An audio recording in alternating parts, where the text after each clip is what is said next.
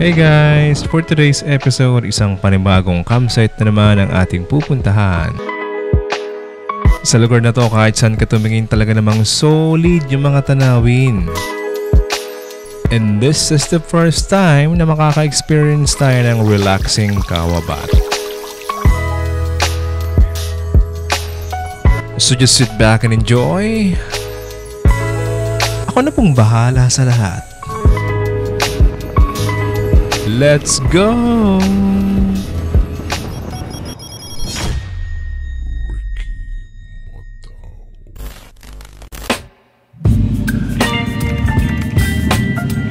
Magkano kaya yung charge na ito? Tingnan nyo guys kung magkano yung charge niya.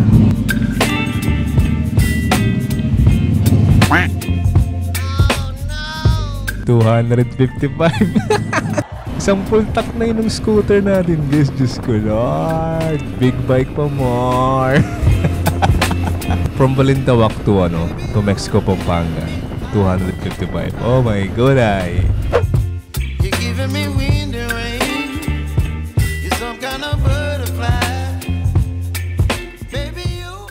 What is going on people? This is your boy, your sweet boy, Ricky Boy po ng Ricky Moro PH. Mag-aalas 4 na. Tayo ngayon ay andito sa Pampanga. In this episode, samahan nyo ako sa panibagong adventure na gagawin natin today. Ito lang yung dala natin. Isang box lang at saka isang waterproof na bag. Gadgets laman na ito. Kasi nga, nagustuhan ko yung ginawa nating pagbi-video dun sa sa Real. Ay sa Infanta kasi wala masyadong dala. Magaan, no? Mas nakakagalaw-galaw tayo, mas nakakaikot-ikot tayo. May dala akong mga pamanggit guys kasi yung pupuntahan nating campsite, malapit siya sa mga magagandang fishing spot, So ang gagawin natin, magfi-fishing tayo. So sana samahan niyo po ako sa panibagong adventure natin today. And I'm really excited kasi maganda yung accommodation natin. NGP campsite ang ating pupuntahan today guys. Let's go! So according to Google, 28 minutes, ando na tayo sa ating destination. Ayan na naman si Mount Arayat, nakatago sa ulap. Diyan tayo pupunta. Limutan ko yung huling campsite na pinuntahan natin, hindi ko maalala yung pangalan. Santillana Farm, yun, alala ko na. Disgrasya guys, kawawa naman si tatay. Sa mga kinakatakutan natin, aksidente sa motor. Nakatakot, no? Disgrasya ka. Dapat doble ingat din talaga. Off-road Ay hindi naman, mukha lang. Ayun na yung Mount Arayat guys. Medyo madilim. Medyo malabo yung view ngayon, no? Dun sa Santillana Farms yung pinuntahan natin, hindi siya ganito kalapit. Ito sobrang lapit talaga niya, no? Ganda Wow. Hindi ko alam kung bakit medyo malabo siya. I think it's because of the clouds or maybe fog, but it's really malabo. Sus, ginoo ka talaga. Hindi ko alam kung bakit Wow ka. Barangay Balite, Arayat, Pampanga. Ganda ng view. Hanip yung view guys. Panalo.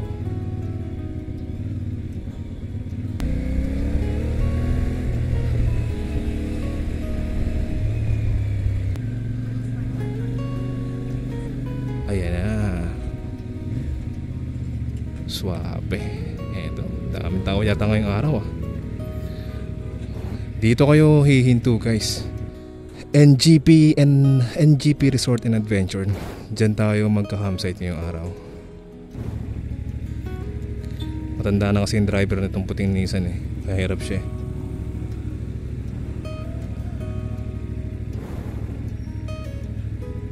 Ala. Pasok tayo. Madami tayong ikutan dito bukas guys. Pero ito yung ating campsite. Yan, NGP Resorts and Adventures. Wow, hanip yung entrance dynamic.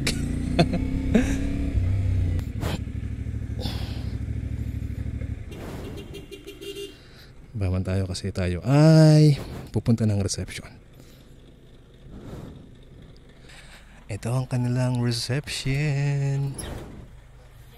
Hello po.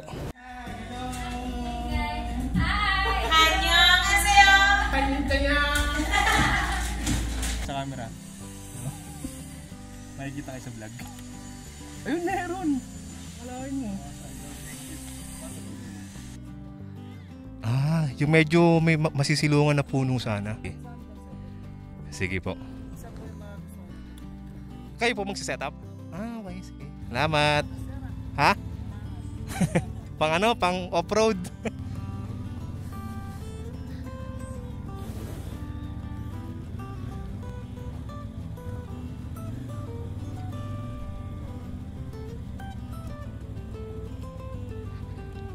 siguro dito sa part na to. Panalo din eh.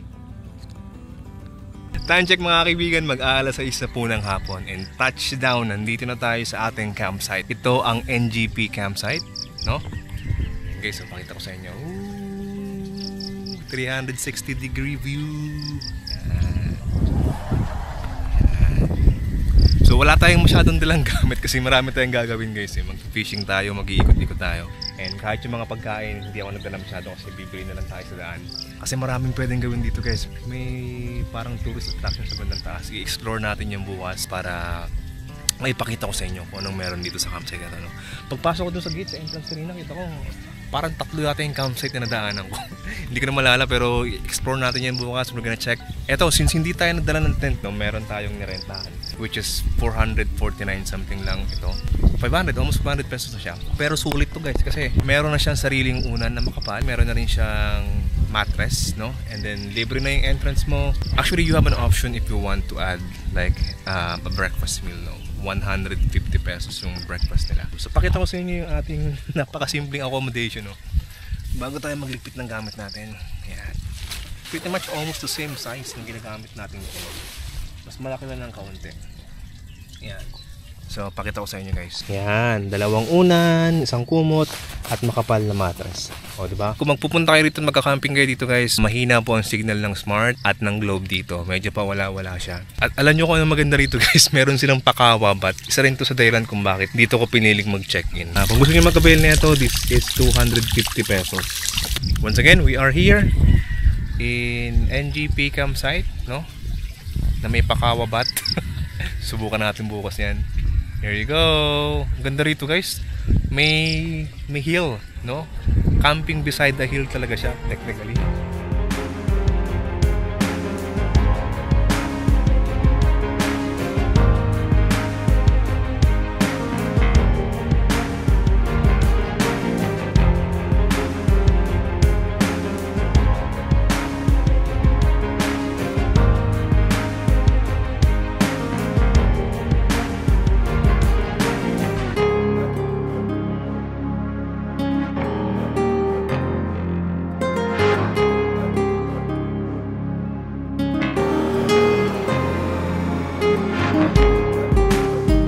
Itong campsite na to ay simple pero talaga namang napakaganda at super relaxing. Garantisadong relaxing dito guys kasi tingnan nyo naman, nasa likod natin pala yan. Meron pang manukan doon kung naririnig nyo, puro tilaok ng manok doon banda eh. Kung nakita nyo sa drone, maraming manok pansabong. Nakita sa drone guys. Sa likod natin pala yan. Sa gilid natin ang ating kawabat. Panis. And then sa bandang likod ng ating tent is a hill.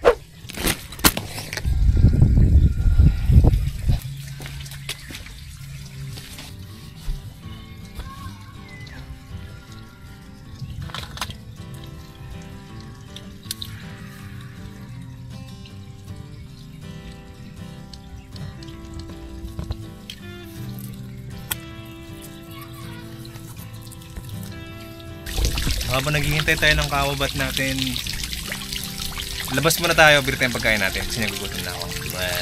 Kailangan nating isang kaltong upo ang mabigat dito sa ating tent kasi feeling ko parang hahanginin eh. 2 upuan lagay natin guys. Just may reserva naman silang 2 upuan eh, para sigurado na hindi lilipa rin ang ating tent. Tara, labas tayo. Matagal-tagal pa yung ating yung kawabat natin, mamamaya pa yan. Bago mapuno. Hindi ka mag-helmet kahit walang helmet dito, masaya. Hindi ka uhulihin, walang manghuhuli sa'yo.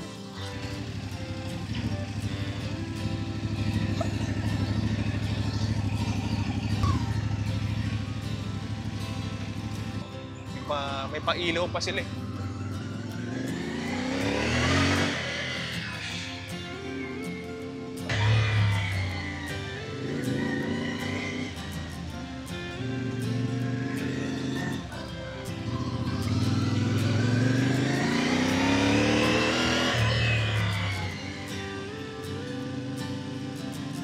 Ito yung isa sa pupuntahan natin bukas guys. Rodriguez Nature Park.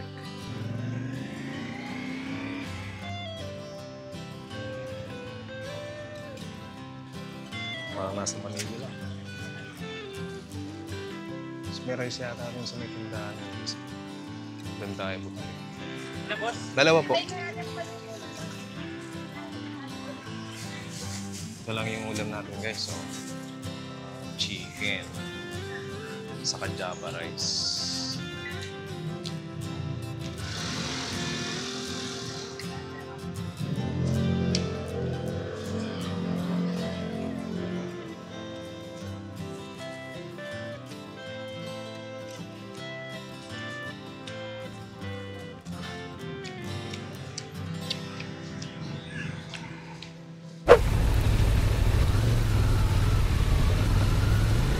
Hey guys! Welcome back sa ating tent. Naabot tayo ng ulan, bumili lang tayo ng pagkain, naabot tayo ng ulan. Diyos ko Lord! Hey! Naririnig niyo ba yung ulan sa labas? Kaso guys, may problema tayo. Yung tent nila hindi masyadong waterproof. Pero hindi naman masyadong pinapasok ng tubig. Pero meron at meron pa rin talaga eh. Papansin nyo yun. Yes oh. Pinapasok siya ng tubig oh. Pag bumuhos ng husto yung ulan na yan, yari tayo. Tumatagos yung tubig oh. Lalo pag lumakas yan. Basang-basa tayo dito. Tara, lipat tayo. Guys, ang babait ng staff dito. Nagkusa sila, pinuntahan tayo. Papunta na sana ako sa reception eh. Pero dumating sila bigla. So pinalipat tayo dito sa kubo. Normally yung price daw nito is 1,299. Hindi naman daw natin kasalanan yung ulan eh. Nabasa ako ng kaunti. Magkawabat na tayo, tapos maligo na tayo. So makapagpahinga. Ayusin ko yung gamit ko guys. Yung motor natin, kailangan natin kunin yun doon. Kasi lulubog. Since basa yung lupa. Di ba naka side stand? No? Lalambot yung lupa. Baka tumumba si Zircon doon eh.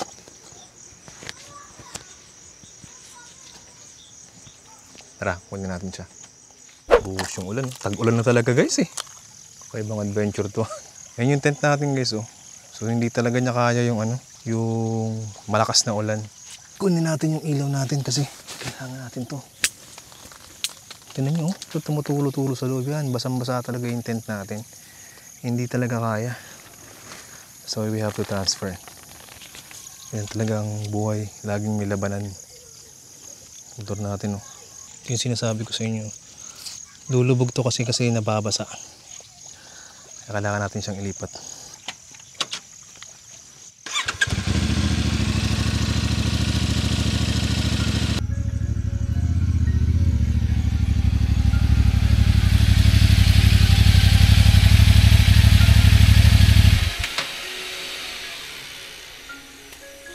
Medyo nagulantang ang Ricky Boy nyo kasi umulan na malakas. Tapos hindi waterproof yung tent natin na ginamit. Bumaha sa loob. So we have to evacuate. May dilubyong nangyari sa tent natin. Welcome to my new home. My new accommodation. May latagpan tayo guys. Oh. Masarap ang tulog natin mamaya. Kailangan na natin maligo guys kasi nabasa na tayo. Time check 7 PM na. Tara, ligo tayo. Ito yung kanilang kawa bat. Kawa. Lapit na mapuno. Uy, ang lamig. Ang dami mga insekto.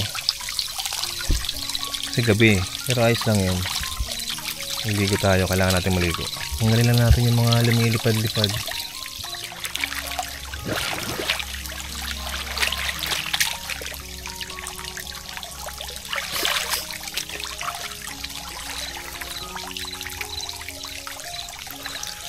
So ito yung kawabat nila guys. Oo ha, bongga. Ganda rin naman. Nakaka-relax din. Kailangan natin ng shower dahil sa pagod. Puro alikabok tayo kanina. May mga salagubang dito.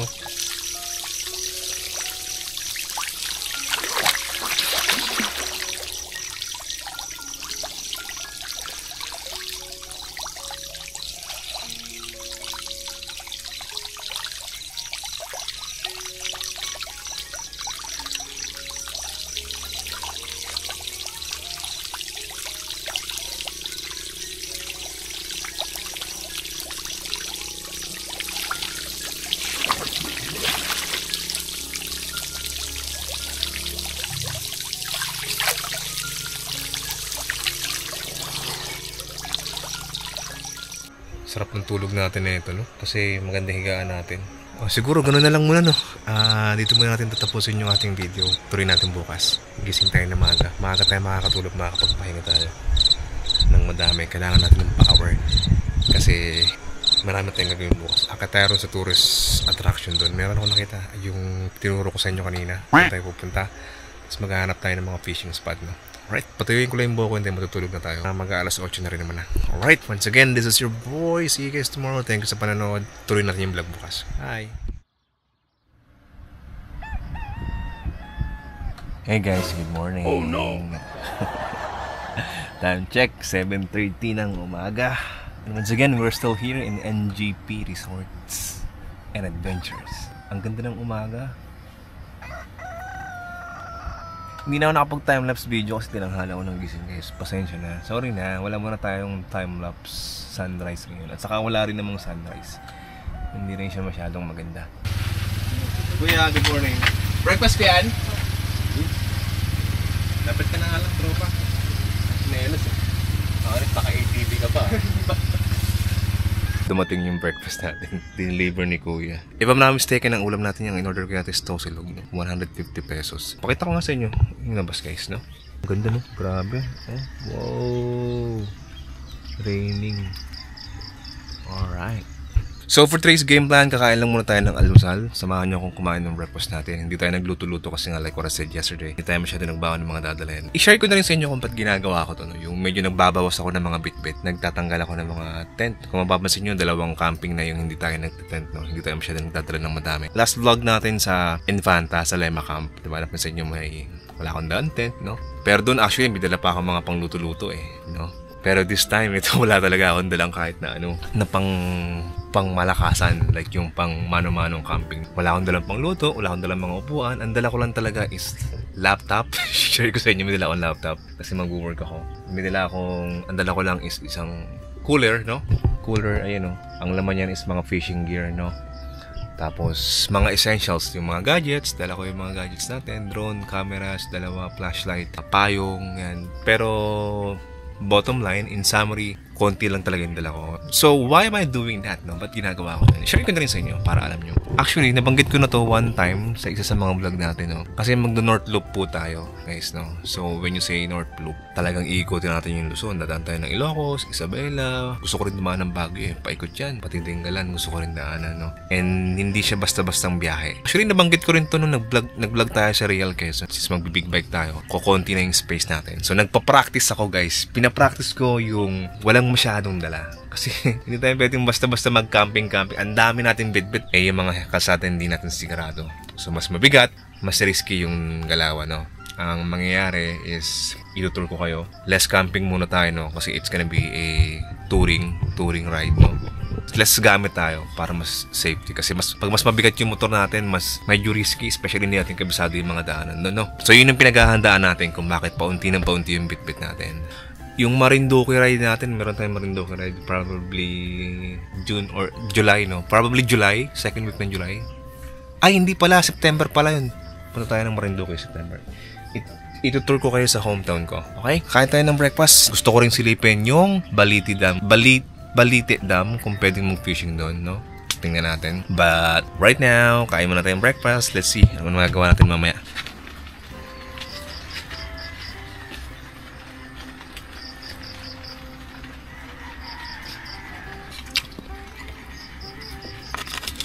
Tosino.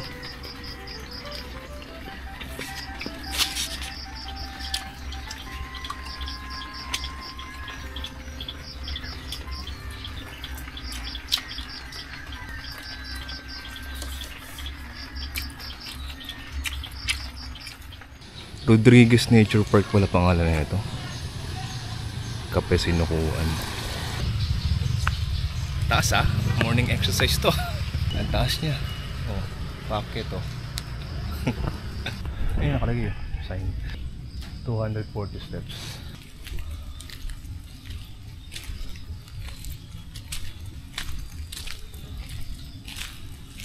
Exercise. Actually, kanina pagising ko, sabi ko, ako hindi naman ako makaka-workout nito kasi nagbo-vlog ako eh. Ayan na, binigay na yung workout na hinahanap ko. Hindi lang basta workout. May kasama pang cardio. Napakalayo guys. pinawisan na ako. Kahit malamig, pinawisan na ako.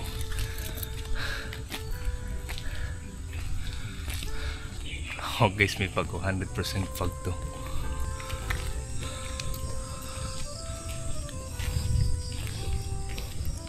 So, it's not my camera guys ha.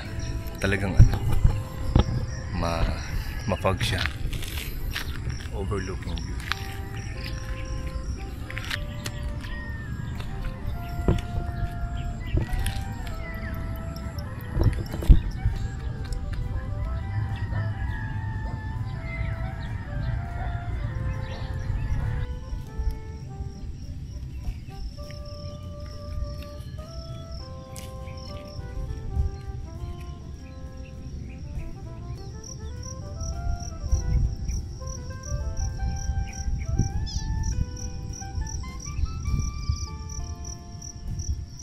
Pwede kayo mag-camping sa tuktok ng bundok marami. Punong-puno ng fog guys. Kita nyo ba? Yung tuktok niya punong-puno ng fog.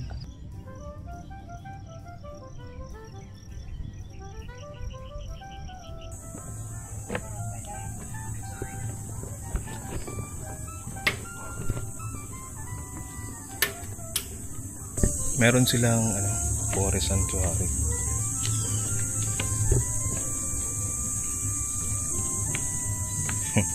Gumawa sila ng bridge inside a forest. Forest talaga.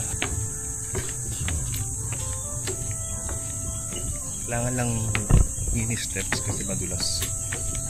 Delikado. Oh, ganda. Makas siya na. Naalala ko pa nung kabataan ko eh. Kabataan. Tumanda na. Sa Marinduque kasi guys, maraming mga ganito. Like, bundok-bundok, gubat-gubat. Bringing back the memory kasi yung amoy, saka yung tunog. Matang pipishing na ito. Tara.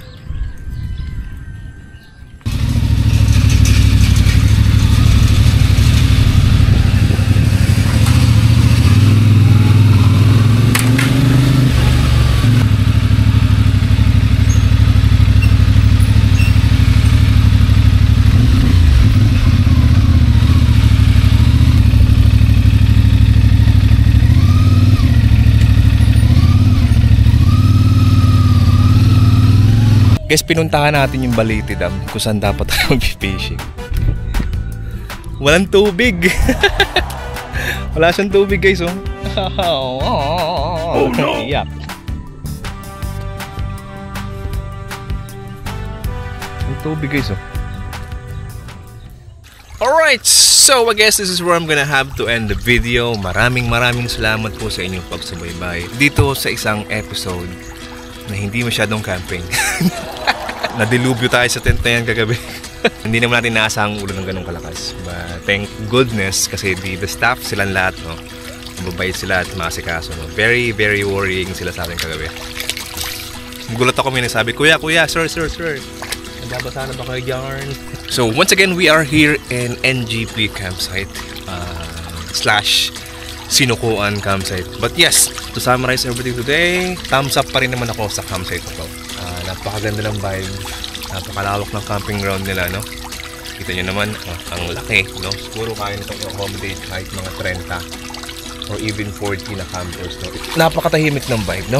Yun lang, isa lang sa mga dapat yung tandaan is medyo hindi kayo dapat mag-tent pitching, especially kapag maulan na panahon like this. Pwede kayo mag-tent pitching pero make sure you bring your own tent. Magdala kayo ng sariling yung tent kapag maulan. Make sure na waterproof yung tent nyo.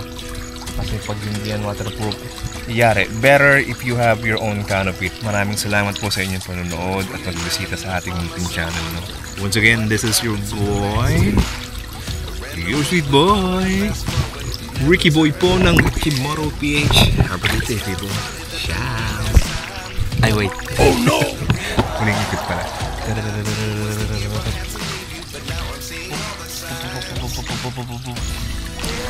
Alright, have a great day, people. See you on the next episode. Ciao. I'm just as surprised as you.